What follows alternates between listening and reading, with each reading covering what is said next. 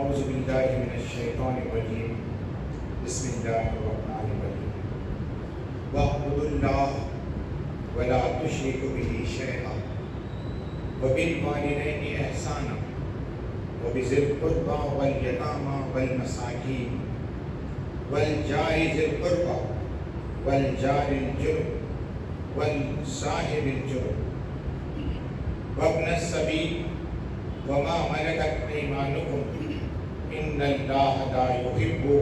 من كان مختالا فخورا آمنت باللہ صدق اللہ العلی العظیم۔ تمام تعریف اللہ رب العالمین کے لیے سزاوار ہے جو ہم سب کا رب آقا اور پروردگار ہے۔ اللہ تعالیٰ کی بے انتہا رحمتیں نازل ہوں آقائے دو جہاں احمد مصطفیٰ سرور کائنات حضور نبی کریم صلی اللہ علیہ وسلم پر۔ محترم اور معزز برادران اسلام، آج خطبہ جمعہ کے موقع پر میں اپنی گفتگو کا آغاز اہل ایمان کے لیے ایک انتہائی خوشخبری کی اطلاع سے آپ کے سامنے اس کا آغاز کرنا چاہتا ہوں۔ وہ خوشخبری یہ ہے کہ ملت اسلامیہ تقریباً 2014 سے لے کر مسلسل آزمائشوں، پریشانیوں، دکھ اور ایک طرح کی اذیت کا شکار ہے، لیکن اس سب کے باوجود ملت اسلامیہ کے افراد کو بدنام کرنے، انہیں پریشان کرنے، ان کو دکھ پہنچانے کے باوجود آئے دن لوگ ہیں کہ اللہ کی رحمت کو قبول کرتے جا رہے ہیں، اس کی دین کو اختیار کرتے جا رہے ہیں۔ کل ایسا ہی ایک واقعہ ہوا کہ ایک نوجوان نے انتہائی خوشی اور مسرت کے ساتھ، پوری آزادی کے ساتھ اس نے دین رحمت کے اندر اپنی پناہ دی۔ ہمارے دوستوں اور بزرگوں نے اس کے خانہ آبادی کا اہتمام کیا اور کل وہ پر مسرت تقریب مکمل ہو گئی۔ یہ اطلاع ہم سب کے لیے یقیناً خوشی کا باعث ہے کہ آزمائشوں اور پریشانیوں کے باوجود اللہ کے دین کو اختیار کرنے والے اور اللہ کے دین کو قبول کرنے والے جو در جو آگے بڑھ رہے ہیں۔ ان کی تعداد مختصر ہو سکتی ہے، یہ ہماری نوٹس میں نہیں آ سکتے ہیں، اس کی اطلاع ہمیں نہیں پہنچ سکتی ہے، لیکن انہی آزمائشوں کے اس دور میں اللہ تبارک و تعالیٰ نے اہل ایمان کی چھوٹی چھوٹی کوششوں کو اتنی وسعت دے دی ہے کہ اللہ کے بندے جو در جو اس دین رحمت کے اندر شامل ہوتے چلے جا رہے ہیں۔ اس واقعے کے بعد میں خاص بات آپ کے سامنے عرض کرنا چاہوں گا، وہ یہ ہے کہ ملت اسلامیہ کو، اس کے ایک ایک فرد کو دنیا کے سامنے حق کی شہادت، اس کی گواہی کا فریضہ انجام دینا ہے۔ یہ حق کی شہادت اور گواہی ایک دوسرے باتوں میں دعوت اللہ کی سرگرمیاں بھی ہو سکتی ہیں، اللہ کے دین کی طرف لوگوں کو بلانے کی منظم کوششیں بھی اس میں شامل ہو سکتی ہیں، لیکن اس کا ایک اہم ترین پہلو یہ ہے کہ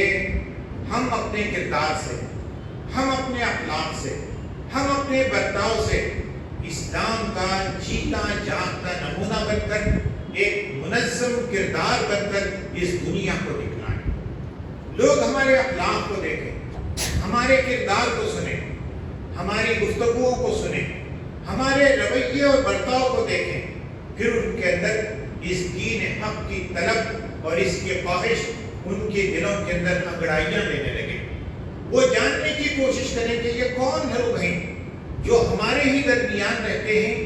لیکن ان کے اخلاق اور ان کے کردار کس قدر مختلف۔ اس کا ایک اہم ترین پہلو یہ بھی ہے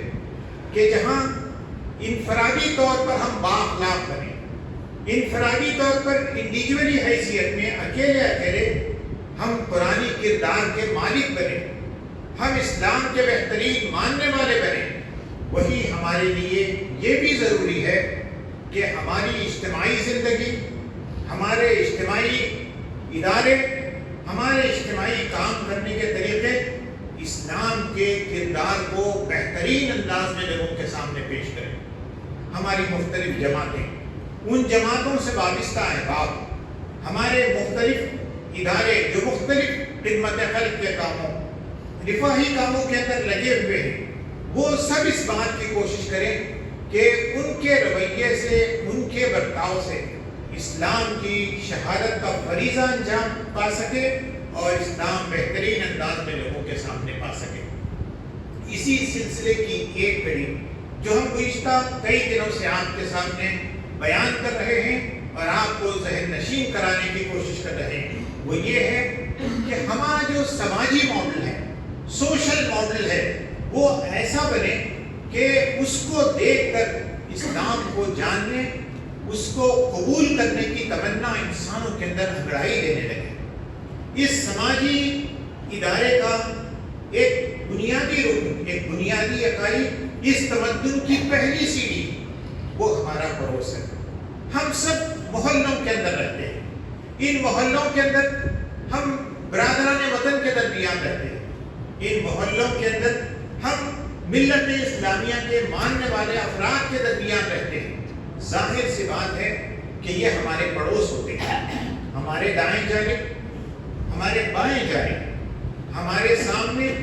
ہمارے پیچھے۔ یہی نہیں بلکہ جب ہم بازاروں میں جاتے ہیں، ہمارے ساتھ وہ پہلو کے پڑوسی ہوتے ہیں جو ہمارے ساتھ خریداری کر رہے ہوتے ہیں۔ ہم سفر کر رہے ہوتے ہیں، سفر 5 منٹ کا ہو، سفر 2-4 گھنٹوں پر مشتمل ہو، سفر کئی گھنٹوں پر مشتمل ہو، برادران وطن ہمارے درمیان رہتے ہیں، وہ ہمارے ساتھ سفر کر رہے ہوتے ہیں، وہ کھلی آنکھوں سے ہمیں دیکھ رہے ہوتے ہیں۔ ملت اسلامیہ کا ایک ایک فرد ان کے درمیان اٹھتا بیٹھتا ہے، سفر کرتا ہے، ہوٹلوں میں کھانا کھاتا ہے، ان کے ساتھ چلتا پھرتا ہے۔ یہ ضرورت ہے کہ یہ جو سماج ہے جو ہم بنا رہے ہیں، جو ہمارے پڑوسی ہیں، یہ پڑوسی کا حق ہے۔ اس پڑوسی کے حق کو ملت اسلامیہ کا ہر فرد اور پڑوسی کا جو نظام ہم نے قائم کیا ہے محلوں کے سطح پر، گلیوں اور راہداریوں کی شکل میں جو ہم نے نظام قائم کیا ہے، اس نظام کے اندر امن و سکون، ایک دوسرے کے حقوق کا تحفظ، ایک دوسرے کی مدد اور تعاون، ایک دوسرے کے اندر ایک دوسرے سے دکھ اور پریشانیوں میں شرکت کا احساس، یہ ان کے اندر پروان چاہیے۔ آج میں نے خطبہ جمعہ کے اس خطاب کے اندر آج سورہ نساء کی اسی آیت کا انتخاب کیا ہے جو بار بار آپ نے تلاوت کی ہے، جسے بار بار سمجھایا گیا ہے۔ سورہ نساء، سورہ فاتحہ کے بعد سورہ بقرہ، سورہ بقرہ کے بعد آل عمران اور آل عمران کے بعد سورہ نساء۔ ترتیب کے لحاظ سے یہ اس کی ترتیب ہے، اور اس میں اللہ تبارک و تعالیٰ نے یہاں خواتین کے حقوق کو بیان کیا، اسلامی سماج کے بنیادی کردار کو واضح کیا، اس کے خد و خال کو واضح کیا۔ وہاں ان حقوق کا بھی تذکرہ کیا گیا کہ جب ایک ملک کے اندر، ایک کسی شہر کے اندر سماج بنا کر، پڑوسی بن کر جو لوگ رہنے لگے، ان کے ایک دوسرے کے حقوق کیا کہتے ہیں۔ اللہ تبارک و تعالیٰ نے ارشاد فرمایا، اس کا آغاز دیکھیے، وَاعْبُدُوا اللَّهَ وَلَا تُشْرِكُوا بِهِ شَيْئًا، تم سب اللہ کی بندگی اختیار کرو، وَلَا تُشْرِكُوا بِهِ شَيْئًا، اور اس کی ذات میں کسی کو شریک نہ کرو۔ وہ تمہیں زندگی دینے والا ہے، وہی موت دینے والا ہے۔ اس نے تمہیں پیدا کیا ہے، اسی کے ساتھ اس کے پاس تمہیں پلٹ کر جانا ہے۔ لوگوں سنو، وہ تمہاری ساری ضرورتوں کو پورا کرنے والا ہے۔ ظاہر سی بات ہے کہ ایسے موقع پر اللہ تبارک و تعالیٰ نے یہ جو بات کہی کہ تم اس کی عبادت کرو اور اس کے ساتھ کسی کو شریک نہ کرو۔ ملت اسلامیہ کے افراد اگر اللہ پر پکا یقین رکھیں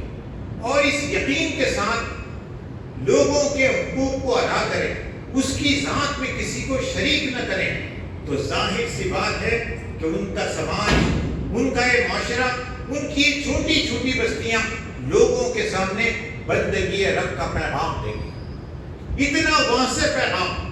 کہ یہ کیسے لوگ ہیں، ہم ہزاروں بتوں کو پوچھتے ہیں، ہم ہزاروں ضرر رساں چیزوں کے آگے اپنے آپ کو جھکا دیتے ہیں، لیکن یہ کتنے عظیم لوگ ہیں کہ ایک اللہ کی بندگی کرتے ہیں، اس پر اعتماد کرتے ہیں، اس پر یقین رکھتے ہیں، اسی سے مدد چاہتے ہیں، مشکلات میں ثابت قدم رہتے ہیں اور اسی رب کے حضور سے پکارتے ہیں۔ وَاعْبُدُوا اللَّهَ وَلَا تُشْرِكُوا بِهِ شَيْئًا، یہ پہلا بنیادی بات کہی گئی۔ وَبِالْوَالِدَيْنِ إِحْسَانًا، اور تم اپنے والدین کے ساتھ حسن سلوک کرو۔ کردار کا دوسرا نقطہ جو سب سے زیادہ اہم ہے وہ یہ ہے کہ اللہ کے بعد جن کی سب سے زیادہ حقوق کا تذکرہ کیا گیا، جن کی خدمت کرنے کا حکم دیا گیا، جن کے ساتھ حسن سلوک کا معاملہ کرنے کے لیے کہا گیا، وَبِالْوَالِدَيْنِ إِحْسَانًا، کہ تم اپنے والدین کے ساتھ حسن سلوک کرو۔ اس موقع پر میں بہت تفصیل میں نہیں جاؤں گا، آپ سب جانتے ہیں کہ والدین کا کتنا بڑا مقام ہے، کتنا اونچا مقام ہے۔ ان کے ساتھ حسن سلوک کو اللہ تبارک و تعالیٰ نے انسانوں کے درجات کی بلندی کا، جنت میں داخلے کا ویزا قرار دیا ہے۔ پھر فرمایا وَبِذِي الْقُرْبَىٰ وَالْيَتَامَىٰ وَالْمَسَاکِینِ، پھر تین کمزور ترین طبقات کا ذکر کیا۔ کہا کہ وَبِذِي الْقُرْبَىٰ، فرمایا